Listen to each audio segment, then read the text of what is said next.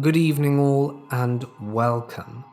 Tonight we have a truly impressive collection of paranormal and ghost stories for your listening pleasure. I also would like to extend a huge thank you to Sapphire who is joining us today for some spooky stories. When you're done here, be sure to check out her channel as she has some very exciting stuff launching very soon. Link will be in the description and on screen at the end. But for now, it's time to get comfortable and let the darkness take control.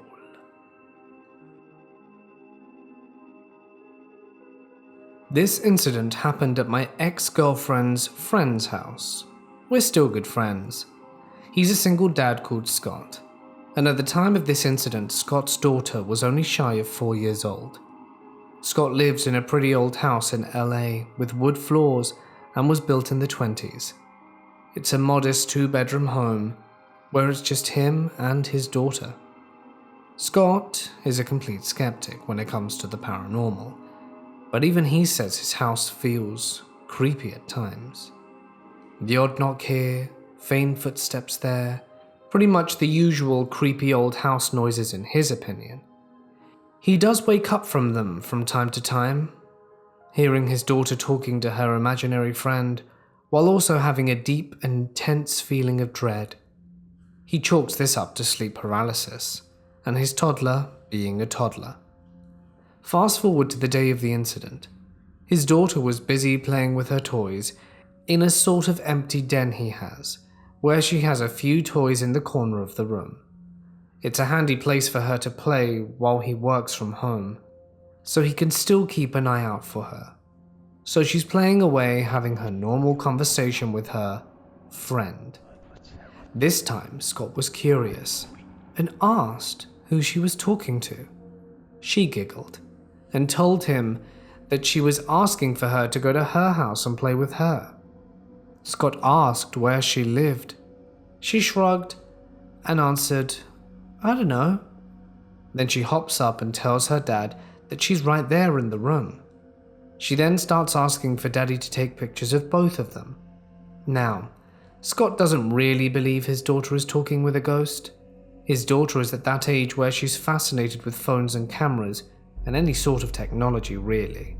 He, being the good dad he is, pulls his phone out and begins taking pictures. At first, he snaps 1 or 2 and is trying to get his daughter to smile. He then starts taking burst photos and sort of teasing and playing with his daughter and says to her, "Tell your friend to smile too," trying to make his daughter feel like she isn't strange for having an imaginary friend. Well, when he says this, she gets a very serious face and says, "Dad, Lily never smiles." Something about the way she said it sent chills down his spine. What's worse is that later, he's scrolling through the burst pictures he took earlier and was deleting one after another, and just generally cleaning up the folder so it wasn't full of the same pictures over and over. So anyway, he's swiping, deleting, until he gets to this picture.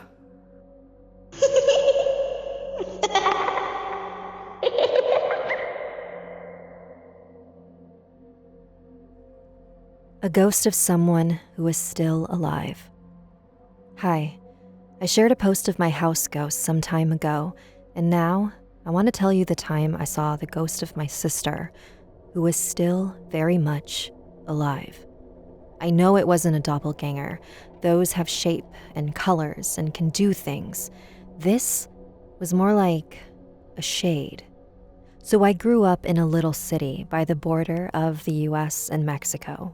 I'm from Mexico, and when I was an early teenager, my oldest sister moved to a nearby town, to a family house on the side of my brother-in-law's. The town is what we call a magical town. These towns are called magical because they are trapped in time. Historical events happened in these towns, and the government ruled that these places have to be preserved as they were. So any modernization of the town was prohibited, but they are okay around them, as long as they don't interfere with the historical aesthetic. So, a lot of houses are hundreds of years old. So, this house in particular was one of many houses built by the railroad for the workers of the train to live. The house was kept by the family, but nobody wants to live there because the train passes at 2 and 5 a.m. and is so close that the noise is really annoying. Back then, my sister and brother-in-law weren't doing so well, so they went there because, as a family property, it is free to stay there. The actual owner doesn't charge rent to family members, so it was the best they could do to save money. So my brother-in-law just opened a cyber cafe and stationery store, and those were the MSN years where a computer was a luxury, so they were doing really well. They both were system engineers, so for a little town without malls or an office depot, this was a huge deal. It was always busy, and they were working all day. The town was so close to my city that sometimes we just got in the car and drove there for the weekend. So my mom told me she wanted to go, and we left without calling beforehand. Something I forgot to say earlier is that these houses weren't the most secure, so my mom gave my sister an industrial lock that could not be broken into with anything. So we got to their house by 8 p.m. or so, and it's already dark, and I see the light of the living room on, and it shines to a room on the right. This room is their bedroom, and there's no door between it and the living room, so it's all illuminated by the light. But there's also another little room in the front of it, also without a door. And this little room is the front of the house, so I can see the light by the window. Imagine the 3 rooms in the shape of an L, but the 90 degrees is to the right. We arrive at the house, and that light is the only one on. I'm on my flip phone texting a friend, so I'm not paying that much attention. But then I see my sister inside of the house, scratching her head, and then vanishing into the little room. I thought that maybe she was asleep, and we woke her, and she went to the window to see who was outside. But she never left the little room. My mom knocked on the door like for 30 minutes straight, and I kept repeating to her, "Mom, I just saw her there. She's got to be home. I saw her with my own eyes." But nobody answered the door. And that industrial lock was still on the door, so she would have been trapped inside. My mom got tired of knocking and said, "We're going to go to the cyber store and ask your brother-in-law for the key." So we go, and I kid you not, there was my sister, who I just saw in her house. I was so shocked, I couldn't believe it. We went back to the house, afraid that someone broke in through the backyard. But everything was fine.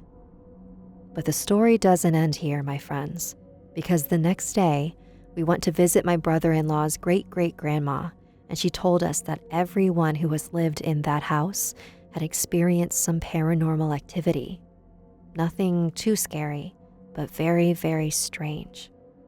A couple of years from that, my sister told us that that same figure I saw changed my niece's diaper. Literally a nanny ghost. She said that she was alone with her and that she heard and smelled her baby doing number 2, but while sleeping. And she always woke in a bad mood when that happened, so my sister was waiting for her to awake on her own, since she had been asleep for hours and was going to wake soon anyways. So my sister went to cook dinner, and when she was done and went to check on the baby, she saw the diaper by her side and a clean and sleeping baby. My sister and her baby were the only ones in that house. That ghost is something special indeed, but I mean, why does it take the shape of my sister? I don't understand. Hope you enjoyed my story. This is the main reason I believe in ghosts, because it was my first real sight of one, and it was really strange. When I was young, I used to see things I couldn't explain. One of the most notable times was when I was a kid, sleeping on the top bunk in a room with my brother. I woke up in the middle of the night, not really knowing why. When I looked over the shoulder of the bunk bed, I saw what looked like a chariot floating in the air going from left to right. The chariot was small, probably about the height of my hand, and it moved in a snake-like way, slithering up and down, like a sound wave or something.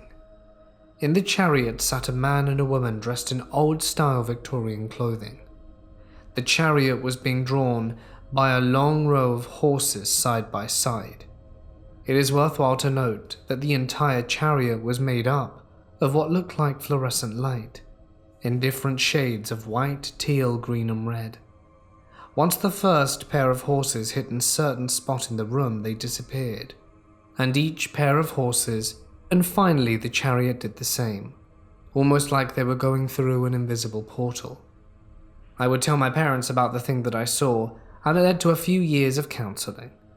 Knowing what I do now about the paranormal, I know that I wasn't in need of counseling at all, as I have no schizophrenic background or anything else that would explain what I did. Skip forward to the tender age of 16. I had just recently gotten my driver's license at this time, and I went to hang out with my friends in the neighboring town. As night came, I decided I better get home because I still wasn't too fond of driving at night. Regardless, the sun was completely down, and darkness had come by the time I'd left. The roads that take me from my friend's town back to mine are very rural, with either cornfields or forest on either side. No street lights and hardly any traffic. I turned onto the last rural road leading up to my neighborhood and started going up the steep hill onto the streets. As I reached the top of the hill and made my way over, I saw something strange. On the right side of the road, walking away from me with her back turned, was an old lady walking a small white dog. The lady was wearing a nightgown, white, and white high socks or tights, and had old grey/white hair. Literally everything about this lady and her dog was pure white. I almost swerved out the way in shock because this is not a road you ever see anyone walking down. It's a 55-mile-an-hour road with no shoulder in the middle of the countryside. After I passed her, I looked in my rearview mirror, and she had vanished. I want to point out the area I am in is inhabited mostly by wealthy families that keep to themselves, so the chance of it being some sort of crackhead or whatever are about 1 in a million. After I got home, I went to use the bathroom. I remember clearly thinking to myself, did I just see a ghost? And as I was thinking that, a bottle of shampoo fell from the top shelf of a cabinet in my bathroom. This could have been a coincidence, but never in my 10 years of living here has anything fallen off that shelf. There's a very famous ghost story around my area, Chicagoland, of a lady called Resurrection Mary. She was hit and killed by a car in a town about an hour from my house. Since the 1930s, she's been reported seen walking down the side of the road, hitchhiking in a white gown with blonde hair. I'd not heard of this story until recently, and it got me thinking about my experience. The description of Resurrection Mary is pretty damn close to what I saw. I don't think what I saw was her necessarily, especially considering the distance between her reported location and my sighting, but the similarities certainly shocked me. My experiences on a rural ranch. I recently moved into my own place after living with my now ex-boyfriend for 2 years. During my time there, I had some pretty strange experiences. A little background on the house. It was my ex's childhood home. He lived there for 25 years. It used to be a quail ranch and sits on 80+ acres. He had paranormal experiences in the home as a child, but has since rationalized his experiences and chooses to no longer believe anything paranormal. Shortly after moving in, I noticed a particularly bad feeling in the back bedroom. When my boyfriend would leave for work and I would be alone in that room, I would be awoken by a sense of dread that something was there. I would experience sleep paralysis frequently and be unable to wake myself up, which became so exhausting emotionally that I requested he wake me before leaving so I could get up and go sleep in the living room. Things would occur in the house, like doors opening by themselves, strange noises, things being moved, but where I felt most uncomfortable was outside. When I would go outside, especially after dark, I got a strong sense of being watched or followed, or that something was coming up behind me. I would often hear what sounded like a person trying to poorly imitate animal sounds, like an owl. I would tell my boyfriend about the experiences, and it seemed to get worse. One night, my boyfriend and I and our children decided to go camping on the hill of the property. I had a really long day at work, so despite feeling uncomfortable, I fell asleep pretty quickly. The next morning, my boyfriend's 11-year-old son asked me when I moved back to my spot, because he saw me sleeping next to my 6-year-old son. I told him I had not moved because I was sleeping next to the baby, who was only 3 months old at the time, and I was worried for him getting cold. My boyfriend was next to me, and the only other people in the tent were the 11-year-old and 6-year-old sleeping in the back corners. It was a very large tent that sleeps 10 people, so there was quite a bit of space between us and the kids. And he insisted he definitely saw an adult laying next to my son, and he just assumed it was me and went back to sleep. We just shrugged the experience off as him being half asleep and not knowing what he saw. We got up and went back to the house and got the kids ready for school. We had intended to go back and retrieve the tent and sleeping bags later in the day, but laziness took over, and we didn't retrieve it until 2 days later. When we entered the tent, we were immediately hit with a horrendous smell that was like a mix between rotting meat and the smell people get from not bathing for a very long time. It made us nauseous, but we packed up the stuff anyway and left the sleeping bags outside to air out. The smell never went away, and we ended up throwing everything out, assuming an animal had gotten in the tent or something. After that, the experiences seemed to increase. My boyfriend always slept with the room pitch black, not even a light from an alarm clock or the little red charging light on the cell phone could be visible. One night, I was awoken by the sound of heavy breathing, about a foot away from my face. It was dark and I couldn't see. I was still groggy when I was about to tell my 6-year-old son, who had a habit of getting out of bed in the middle of the night, to go back to his room, when I remembered my son was at his grandmother's house for the weekend, and the only ones there were myself and my boyfriend. After that hit me, the breathing still continued. I rolled over quickly and got as close to my boyfriend as possible and shook him to wake him up. As I shook him, the breathing stopped. I told him there was someone in the room. He, half asleep, turned and used his cell phone light to scan the room. Nothing. So he went back to sleep and was soon snoring. After that, I slept close to him with my back turned towards where the breathing was, and for a solid hour, I could feel something poking me on the back, through the blanket, like it was trying to get my attention.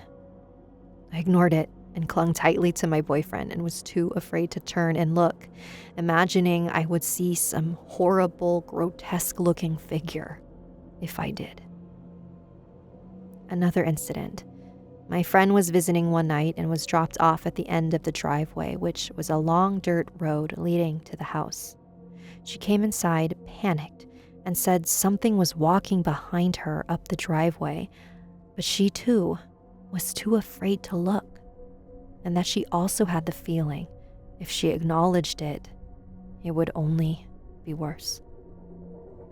My son, who would sleep in the room at the front of the house, was terrified of sleeping alone, a problem I never had with him before. It was a battle every night to get him to sleep. He said he was afraid because there was a scary face at his window. He had broken the curtain rod, so his window was uncovered.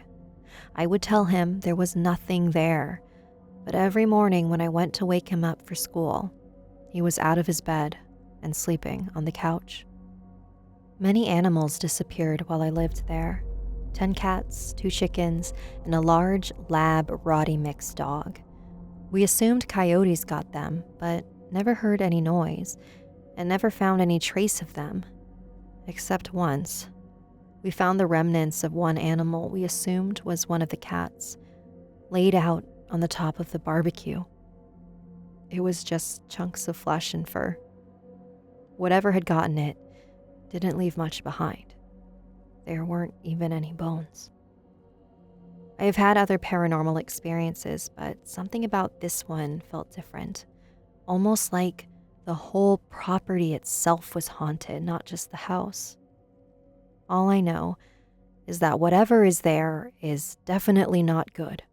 And since leaving that house, I have felt a great sense of relief and no longer have an overwhelming sense of dread. And my son sleeps just fine in his room alone, with no more mention of scary monster faces. A few years ago, I was staying at my great-granddad's house because he had gone into a home and we needed someone to look after it. I had always seen and heard strange things happening around me, but had just put up with it to help out my family. One day I was out in the sunshine room having a coffee and reading a book, when I realized I needed to go up the street to get some things, so I went into the house and closed all the doors inside. It was a pretty warm day, so I wanted to close everything so the air conditioning worked best. I closed the doors inside, locked the front and back door, and leave for about 15 minutes. Come home to chaos.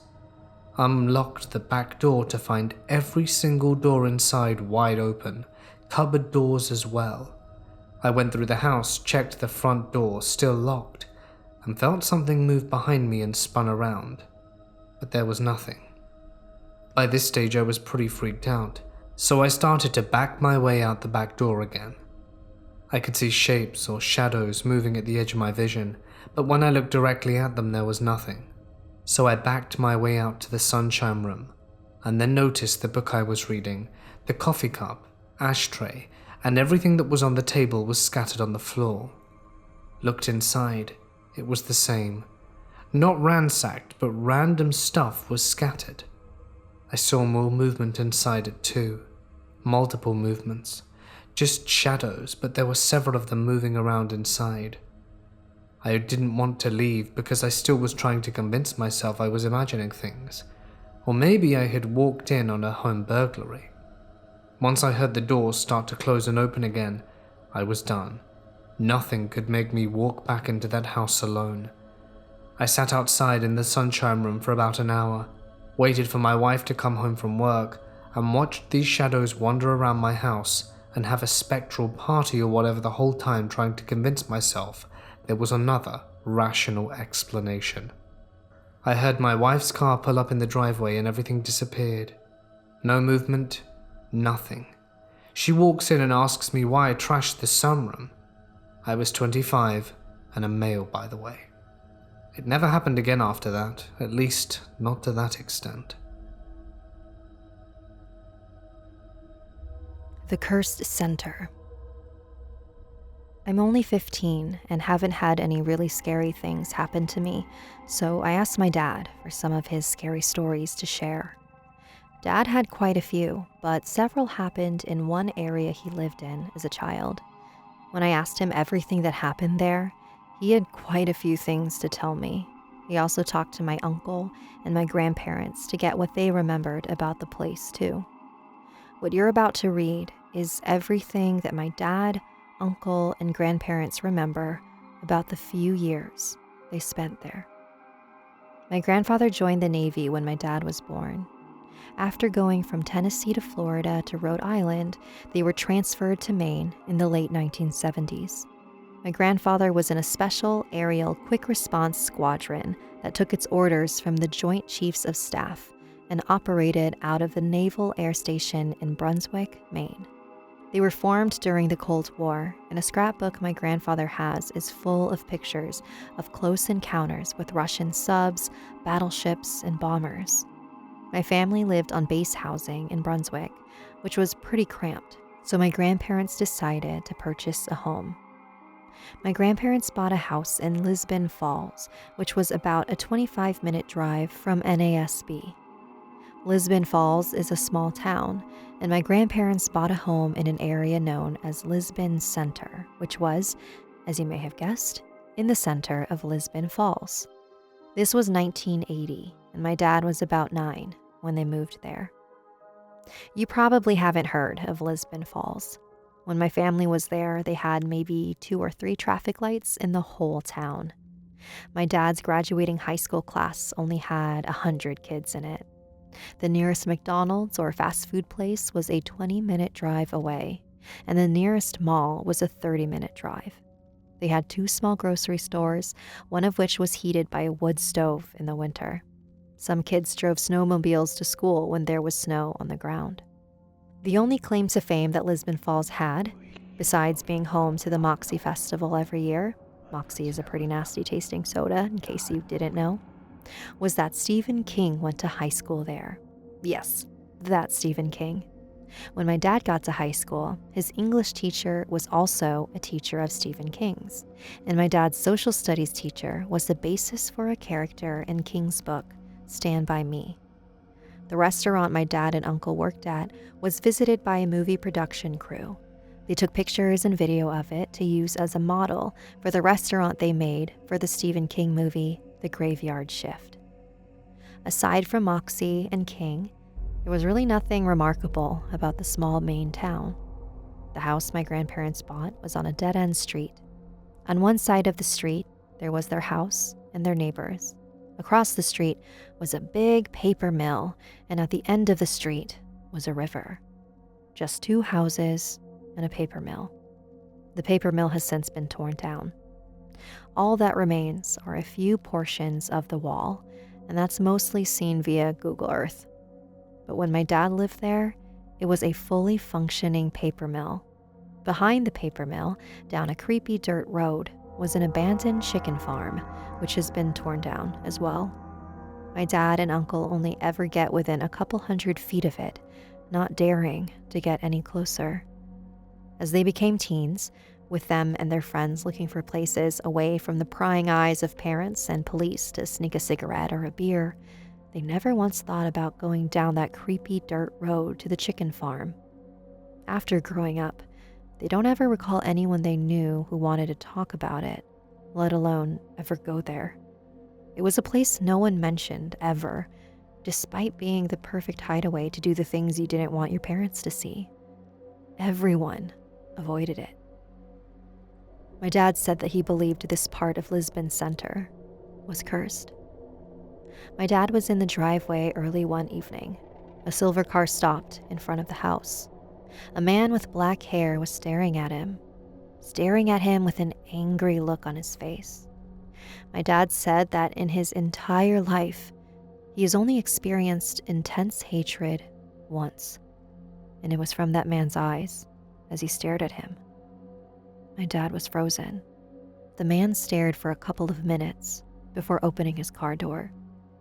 The man got out, never taking his eyes off of my dad. The man got to the trunk of his car when my grandmother stuck her head out of the side door to call my dad in for dinner. The stranger jumped back in his car and sped away, in reverse, up the street. When my dad got to high school, he swore one of his teachers looked identical to the man in the car years earlier. He thinks it might have been him. One day, my dad and uncle were playing in the yard. My grandmother came running around from the front of the house, screaming for my dad and uncle to get in the car. My grandmother flew out of the driveway and away from the house. Later that day, my dad and uncle asked why they left.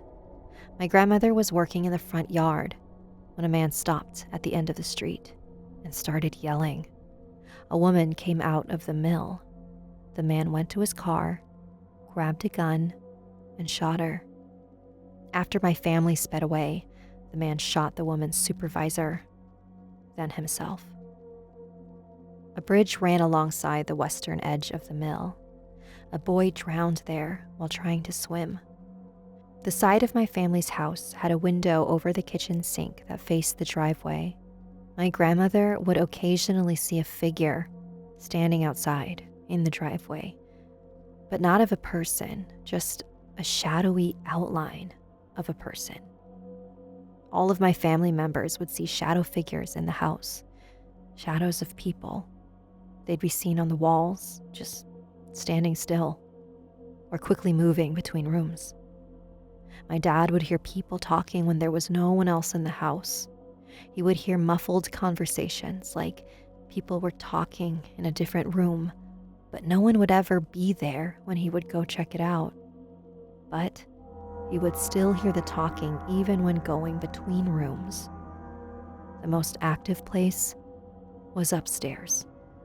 The upstairs of the house had 2 bedrooms, my dad's and my uncle's.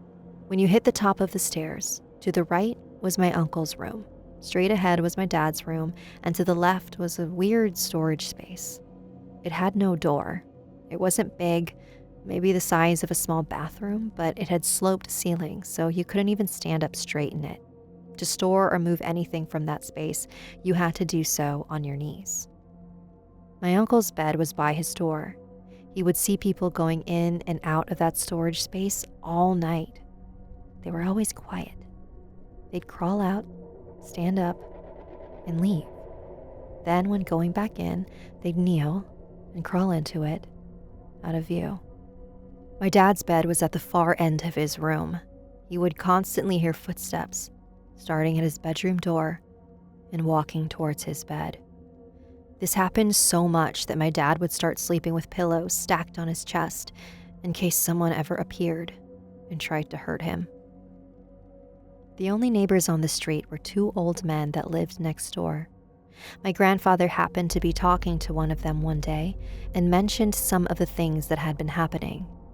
The old man told him that something horrible happened in the upstairs of my family's house. Something absolutely horrible. Something absolutely horrible. And the old man was positive that my family's home was haunted. The old man refused to say what happened, just that it was very bad. My family said that the neighbor, who my dad and uncle called Old Man Harry, died not long after that. So they were never able to get out of him what happened. My family only stayed there a few years in total before moving to a different area of Lisbon Falls. My dad did tell me that even after he got his driver's license in high school, that he never went down that dead-end street again. My family only stayed there for a few years in total before moving to a different area of Lisbon Falls. My dad did tell me that even after he got his driver's license in high school, he never went down that dead-end street again. Last August, I got a pet hamster. Her name was Halo, and I loved her very much. I hadn't had a pet of my own before, so this was very exciting for me. She was always a very observant little ham. She was always very curious and inquisitive. Heck, if she'd only been a boy, I'd have named her George because of how curious she was. Sadly, one day, something fell in her cage, and she started acting funny. I noticed she was very lethargic, stopped drinking entirely, and my mum worried that she might have come down with wet tail, which is a deadly disease in hamsters that can kill them sometimes, in as little as 24 hours. It was a stressful period of time for one of 2 reasons. First of all, I was worried about taking her to the vet, because it would put her under even more stress, and decided that when she got up for the night, if she didn't drink, I would euthanize her at home with CO2. However, my dad decided it wasn't a good idea, and my choices were to let her suffer at home or take her to the vet. I was a stupid kid, and decided to sleep on it and let my poor hamster suffer, and I regret it to this day. Now, the second reason, that's where it got scary. Once she fell ill, the knocking started. I was going to bed after hand-feeding Halo some carrots, as they had high water content. I rolled over and started getting comfortable to go to sleep and let the darkness take control. But then I heard a knock at my door. I said, "Come in," as it was probably one of my parents coming in to talk to me to say goodnight. No reply, no door opening. I thought maybe they couldn't hear me over the noise of my air purifier, which I also used as white noise, as my house is very old and creaky. So I yelled louder that they could enter, but still heard no answer. I heard the knock again. My mum is hard of hearing, so I suppose it was possible that she didn't hear me. I opened the door, but no one was there. At this point I realized it was my dad playing a trick on me, which he enjoys doing every once in a while, although I did find it strange he'd do this during such a stressful time, and said into the hallway, "Dad?" But there was no reply. "Dad, I know it's you, you can come out." Still no reply. I started getting scared. "Dad? Please come out, you're scaring me." It isn't funny anymore. Now, if I ever said that what he was doing was upsetting me, he'd immediately stop. And it definitely couldn't have been my mum, because she hated getting scared and had never tried to scare me. I ran back to my room, locked the door, and turned to look at my poor Hammy, who was curled in a ball. 5 minutes later, the knocking started again, and this time I realized the sound was coming from my window. That didn't ease my mind at all, as anyone could easily shatter the glass, so I hid under my covers and prayed. The next morning I woke up and was dismayed to see Halo's condition hadn't changed at all. I went downstairs for the day and tried taking care of her. When I went to bed that night I heard the knocking once more. This time I was genuinely freaked out, even more so than I had been the other night. I turned on another white noise machine and tried to go to sleep. By the next morning I was so overtired, Halo started looking a bit better. And that was probably the only reason my sanity lasted. The knocking didn't stop that night. 5 seconds would pass and then I'd hear it again. I went to sleep downstairs that night. Fortunately, whatever was doing it did not follow. The next morning, Halo was even worse. She wasn't even moving. We took her to the vet and she died that day. Somehow she had broken her back and got paralyzed from the neck down. We still have no idea how it happened. That night the knocks stopped and never came back. Sometimes I still hear her wheel squeaking. My dad said it might have been a sign. It was the weirdest and scariest thing that's ever happened to me, and hopefully I never hear those knocks again.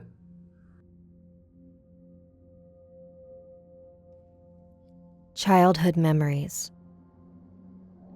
I've had many unsettling experiences in my life, both physical and metaphysical, and have wanted to share them with more than just family and friends for some time. I've debated on whether to share just certain key experiences or to just dump my entire catalog of traumas for Reddit to digest. I've decided I'll start with some of my most notable experiences and, based on if people enjoy my stories, go from there. So, this is the story of my first conscious exposure to the paranormal.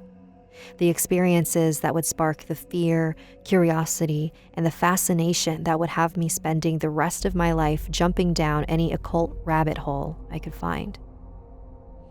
This story is about my grandparents, their house, and whatever evil haunted them so relentlessly there. My memories of this time are scattered, but I'll try to piece them together coherently. There's a lot to unpack here, so I'm going to start with some background. My parents divorced when I was going on 4, and my brother was a little baby. My mother took us and moved in with her parents while her and my dad sorted out what to do with their house. I believe they ended up selling it and splitting the money. My dad got a place out of town, and after that, we didn't see him for a while. He still called, a lot. My grandparents had lived in their house for at least 20 years at this point. It's somewhat hard to piece together their history. My relationship with my mom isn't too great, but from what I've come to understand, they built the house. When they originally bought the property, there was a different house that was run down and unsightly, so they tore it down and built theirs. It was located in the back end of a tucked-away cul-de-sac, modern for the time, a large single-story with brick on the outside, a nice garage and sloped driveway, pool in the back, and a full-sized basement. My grandparents had a pretty rough time after moving into their house. They lost their oldest son, Terry, in a car accident. Not many years after, one of their other sons, Scott, died in a strange house fire. A lock that would never stay latched became stuck and prevented him from escaping on time. He didn't die right away, though. It was like 3 days later. He finally succumbed to his injuries. This all happened before I was born, but my grandma talked about them all the time. Their deaths left an obvious scar on her heart. Even from my vague childhood memories, I still vividly recall her being paranoid about her house, however. She was convinced if we went in the backyard alone, we would absolutely drown in the pool. Even by the time we both had had lessons and were confident swimmers, she was still so scared something would happen to us out there. I think the first time I ever saw a ghost, I was sitting at the dining room table with my mother, grandma, and my grandma's sister. I was looking through the kitchen out the front window that went along the porch. I clearly saw someone walk past towards the door, but they never knocked or made a sound.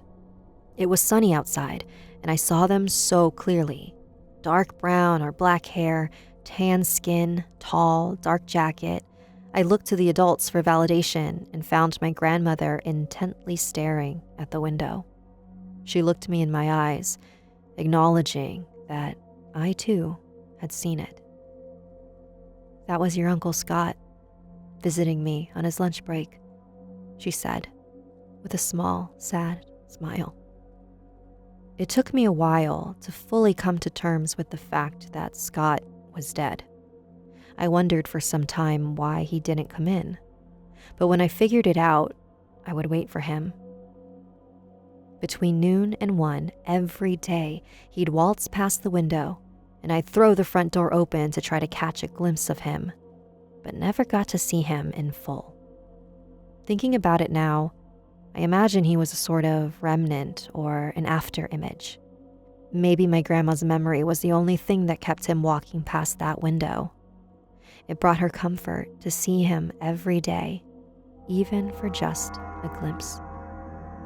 I remember always feeling uncomfortable in the house, not being able to sleep at night, being terrified of the dark, things like that.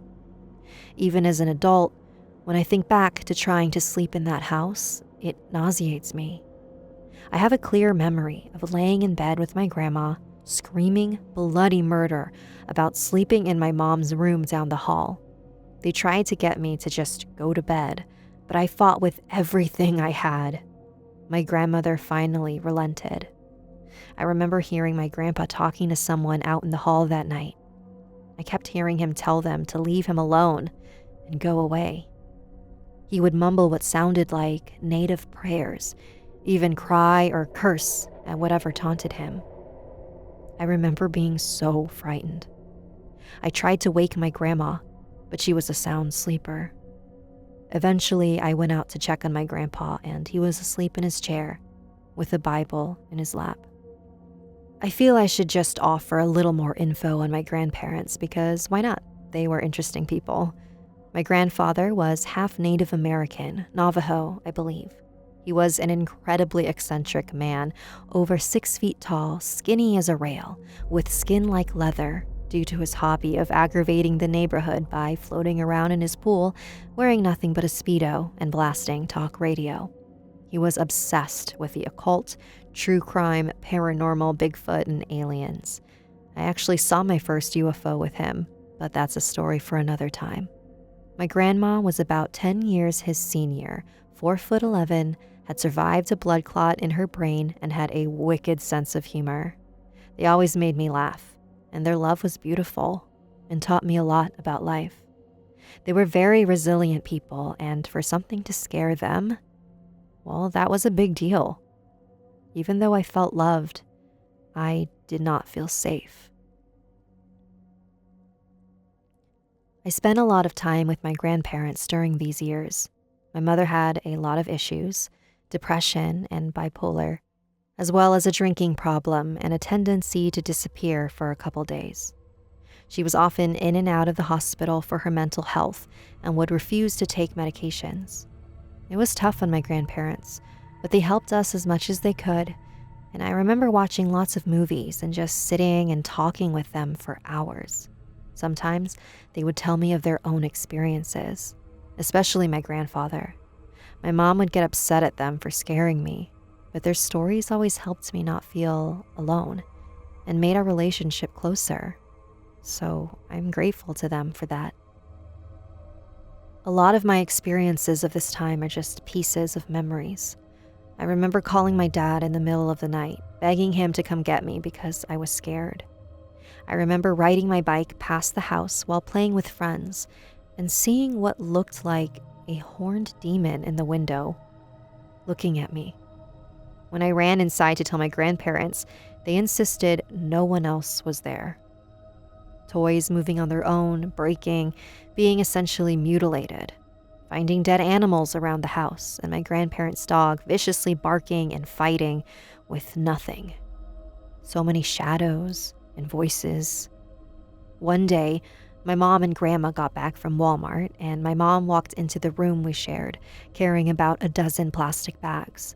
She placed them on the floor in front of her bed and started complaining at me for something I'd done. I remember feeling really stressed over the exchange. Suddenly, the bags all started moving and stuff started to fall out and onto the floor like someone was aggressively digging through them. It went on for about 10 seconds before my mom yelled, "Stop!" Then, I realized ghosts could touch things and maybe even hurt you.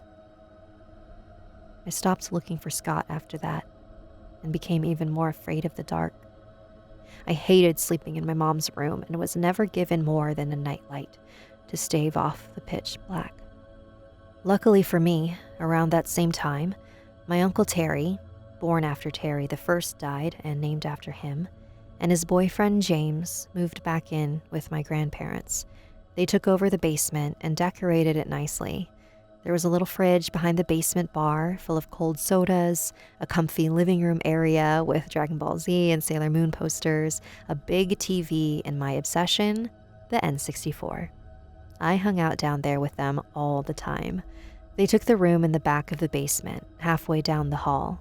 If you walked the rest of the way down, there was a small bathroom with a shower stall, and through that bathroom was a large storage room full, floor to ceiling, with stuff my grandparents had collected over the years.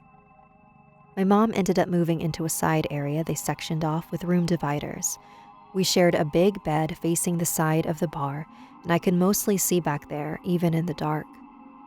One night, I believe I was about 5 or 6, I woke up out of a sound sleep, and I remember it being very cold. I pulled some more of the blanket away from my mom and realized my brother was gone. I later learned he had gotten scared and actually fell asleep at the top of the basement stairs. I could see someone messing around behind the bar. They were clearly moving things around, but they made no sound. I watched them in silence for a while, trying to discern who it was. At first, I thought it was my uncle's boyfriend because it was about the right size and height. At some point, I tried shaking my mom awake, but to no avail. I then sat up in bed so I could lean closer. The moment I did, the figure stopped moving and slowly turned towards me. I could make out the 2 little white specks of where my mom's dim nightlight hit the being's eyes. I was frozen in place as we stared at each other. I remember thinking it was going to kill me. After a few seconds, minutes, I don't know, it uttered in a deep, gravely inhuman voice, "Go to sleep." I didn't sleep for the rest of the night. I hid under my blanket and shook until my mom got up and went upstairs. I looked around the room to make sure it was safe and bolted. After that, I refused to sleep down there. My mom said I was being impossible. Shortly after this, I began seeing my dad more regularly, and eventually he gained full custody of me and my brother. The story doesn't stop there, though, for there are a couple more incidents I'd like to recount from this house, not directly experienced by me, but which still affect me. First, my brother had a couple of his own experiences he recalls. He's 3 years younger than me, so he obviously didn't retain much, but a couple things stuck with him. First was seeing a grotesque zombie face in the mirror of the downstairs bathroom. I later found out from my mother that her and her brother, Scott, had seen the same face while playing with a Ouija board in the house as teenagers. The other incident happened in the pool, of all places. My brother insists I tried to drown him. He says we were playing in the pool and our mom ran inside for something and I pushed him under and stood on his neck. He says it was one of the most traumatic events of his childhood and he had nightmares about it for years. Aside from the occasional smack or punch, my brother and I never really hurt each other as kids. I have absolutely no memory of this. The only one who does is my brother. I'll admit, I didn't believe him for a while, but he's stuck to the story for many years. I'm convinced it happened, but I still don't understand those events at all. I have a lot of trouble wrapping my mind around this one, to be honest. The final incident, I will note, is one that I don't even like mentioning. After my grandparents aged and moved out of that house, my Uncle Bill, his wife, and his son David moved in. It was fine for a while, but David always insisted the house was haunted. We talked about it a few times.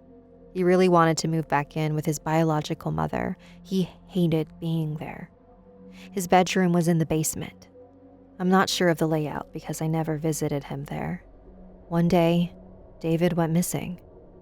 It would be nearly 3 days before my uncle would find him in the basement shower stall, dead. He had somehow, through all the dozens of boxes and floor-to-ceiling junk, located my grandfather's old shotgun in the storage room. Most of the family didn't know it was even there, and the ones who did insisted the thing didn't even work. But somehow, David found it and did the unthinkable. My uncle still lives in the house today. He has become a bitter and cruel man. That beautiful on the outside, deeply disturbing on the inside house, although terrifying and traumatizing, opened me up to so much. The years I spent there with my grandparents helped make me who I am. I have some fun memories of that time as well, and I hold those dear to my heart. My grandparents have both been gone for over a decade now. I have grown to be very much like my grandfather, haunted by the things I've experienced and the things I know, but still hungry for the truth, attuned to nature and the things that linger outside the reach of human senses. For that, I felt sharing these memories is an important task, even if it only helps me in the end. If you read this far, thank you. I would love to hear your experiences, theories, and opinions, as well as answer any questions you may have. Take care out there. I'm a 37-year-old female, and this happened when I was about 11. I lived in a small brick house with my mum and younger brother. There were 2 bedrooms at one end of the house, which were mine and my brother's, with my mum's room being on the opposite end of the house. In my bedroom I had a bunk bed, and I always slept on the top bunk. I had a ceiling fan/light fixture which had the metal pull cords, and I had tied a string from the one that turns the light on and off and attached that string to the top bunk so that I could turn my light on and off once I'd climbed up to go to bed.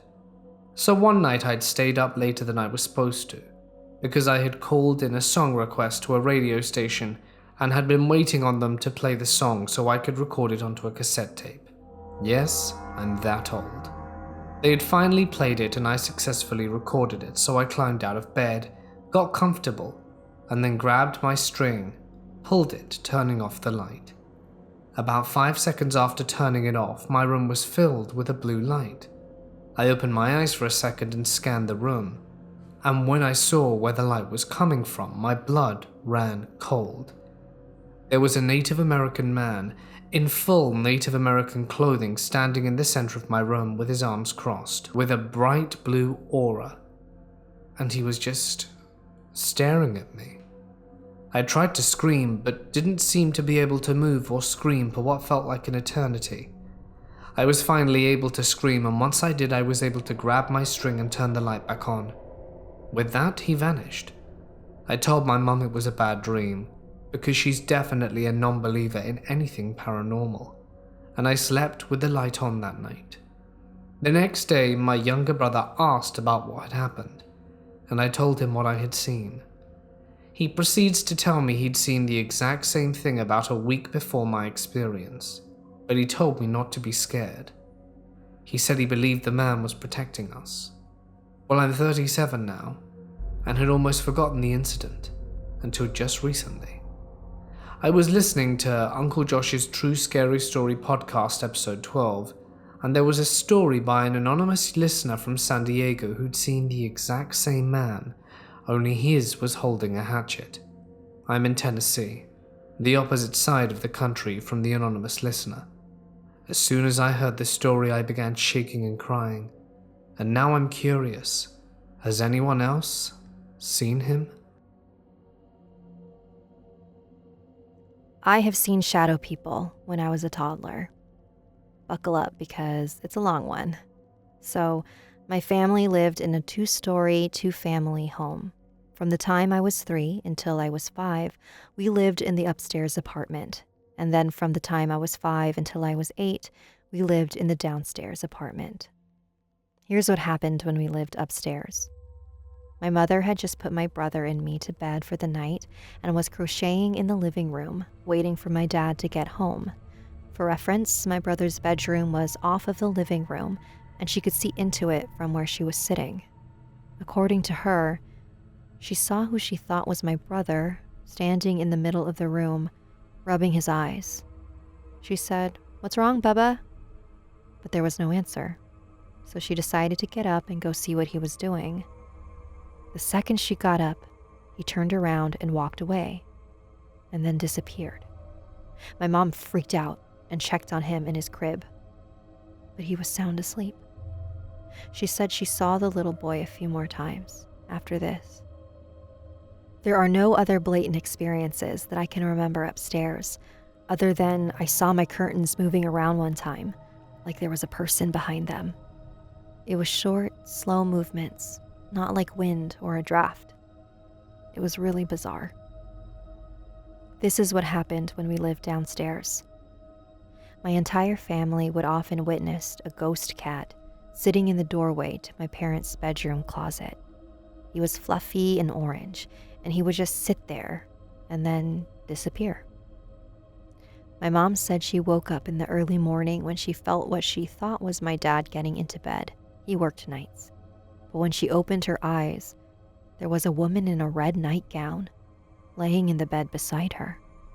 She ran out of the bedroom, and when she came back, she was gone. I would frequently see the shadow man walking past my bedroom door while I was playing Barbies in my room, usually in the afternoon after school. There was never anyone there when I would look directly at it, but I would always see the dark shape of a man walk past, which was a stark contrast because that area of the apartment was lit very well by both windows and lights. It was also always broad daylight when it happened. This is the main one in that apartment and my first post on Reddit, for which I got made fun of and people told me I was making it up. So, my brother and I were jumping on the bed in my room, and then we both noticed something odd in the center of my bedroom. This humanoid being, whatever you want to call it, started forming up out of the floor in front of us and started coming towards us. It was vaguely shaped like a human form, but it was completely see-through, and almost like shimmer visual snow static on the inside. My brother and I screamed and bolted into the other room and told our mom. She separated the two of us and made us draw it. The drawings turned out very similar, and we both drew stars on the inside of the figure to show the odd shimmering static of it too. To this day, it has been the weirdest thing I've seen, and is the entire reason I believe in the paranormal and supernatural. I can't forget it, and I can't shake it off. And even after 20 odd years, I remember the whole thing like it was yesterday. Hey, I'm Sapphire Sandalo. You may know me as the creator of the Something Scary web series and podcast, or from Paranormal Caught on Camera on the Travel Channel. I have a podcast called Stories with Sapphire, where I focus on the non-fictional side of the paranormal and interview people who have had real paranormal experiences, people who are knowledgeable about the spirit world, and I narrate spooky stories as well. Starting February 3rd, every other week I'll also be releasing a new video where I tell a fictional scary story and add animation at youtube.com/Sapphire Sandalo. Hope to see you there. Until we meet again, sleep tight.